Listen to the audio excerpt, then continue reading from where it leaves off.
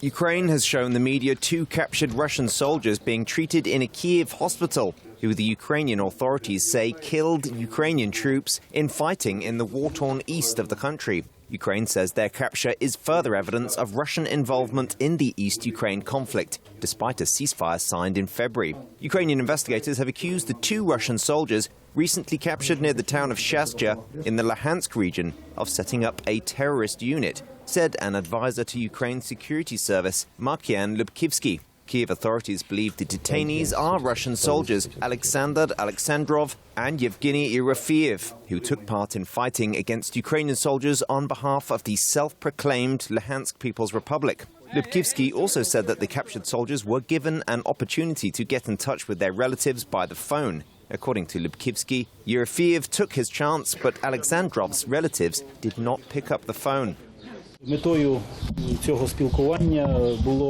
The aim of this meeting was to show that active representatives of the Russian armed forces and indeed citizens of the Russian Federation stay in Kyiv now. They are detained according to the appropriate criminal case, according to Article 258 of the Criminal Code of Ukraine.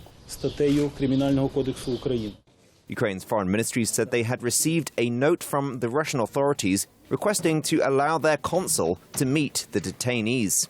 Alexandrov and Yerofeev were wounded near Shastya in East Ukraine on May 16th and were later picked up by Ukrainian fighters from the volunteer Aidar battalion. Their weapons were confiscated, which the Ukrainian military said later were made especially for Russian Special Forces operations.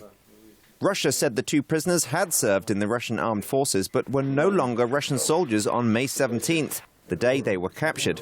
The capture and possible prosecution of the two Russians and the potential embarrassment for Russia's Vladimir Putin come as the United States and its European Union allies press Moscow to fully implement the Minsk peace accords.